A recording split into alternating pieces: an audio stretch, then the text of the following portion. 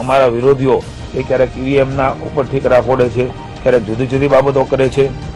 મારે સવારમાં જ આપના ટીવીના માધ્યમમાંથી જોયું, આપના એક પ્રવક્તાએ જે પ્રકારે બાલિશ વાત કરી છે, ગુજરાત, પંજાબ, ગોવા આ બધું જીતવા નીકળેલી આપ અને કોંગ્રેસને મારે કહેવું છે, એમણે કહ્યું યુપી, ઉત્તરાખંડ અને પંજાબ પણ ઈવીએમ થી જીત્યા, તો પંજાબ તો ભારતીય જનતા પાર્ટી જીતી નથી.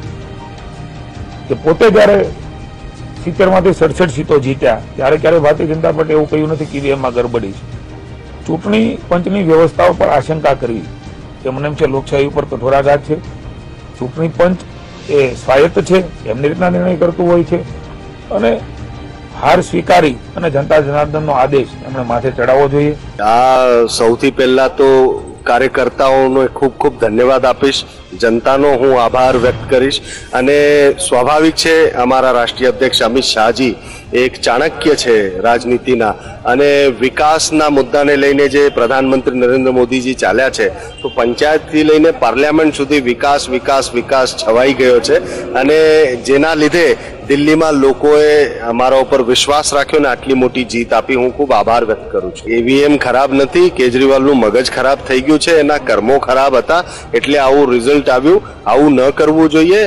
ભારતીય જનતા પાર્ટીએ મોટું મન રાખીને જ્યારે બહુ મોટી મેન્ડેટ એમને મળી હતી તો ભારતીય જનતા પાર્ટીએ એવું કીધું હતું કે લોકોનો જે જનતાનો મત છે એ અમે સ્વીકાર કરીએ. આજે જ્યારે લોકોએ જનતાએ અમને ચૂંટી દીધા છે, અમે ચૂંટાઈને આવી ગયા છે, ત્યારે એમણે સમજવું જોઈએ, મોટા મને કેવું જોઈએ કે નહીં, જનતા કા જો ભી હૈ હમ ઉસકો સ્વીકાર કરતે. આવું કેવા કરતા એ તમે ઈવીએમ ખરાબ છે ને પેલું ખરાબ છે, તમારું મગજ ખરાબ થઈ ગયું છે. પહેલા થોડુંક ધ્યાન પ્રાણાયામ કરો.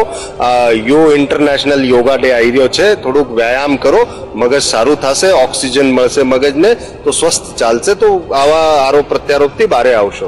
हमारे साथ दिल्ली बीजेपी अध्यक्ष मनोज तिवारी जी हैं. सर, सबसे पहले ये बता दीजिए कि अरविंद केजरीवाल ने ये आरोप लगाया है कि ईवीएम की गड़बड़ी का संकेत बात कर, अब वो ढूंढते रहे कारण दिल्ली की जनता ने उनका समर्थन वापस ले लिया. दिल्ली राज्य में भारतीय जनता पार्टी तमाम 3 कोर्पोरेशन पर भगवो लहराई चुक्यो है. नरेंद्र मोदीजी और अमित शाह जादू फरी वखत चाली गयो है. कांग्रेस हाल में भारतीय जनता पार्टी की कचेरी खाते आवेला बरखा शुक्लाजी साथ बातचीत करीशु. फिर से एक बार नरेंद्र मोदी जी और अमित शाह का जादू चल गया, क्या कहना चाहो? बिल्कुल चल गया और चलेगा. अभी तो बाकी जो और प्रदेश है वहाँ भी चलना बाकी है और सब जगह चलेगा. जो मोदी जी का नारा था कि कांग्रेस मुक्त भारत, इसमें कोई दो राय नहीं कि वो दिन दूर नहीं कि जब कांग्रेस मुक्त भारत हो जाएगा. अजय माकन जी ने ये मतलब जो परिणाम जाहिर हुए इस्तीफा दे दिया, क्या कारण है?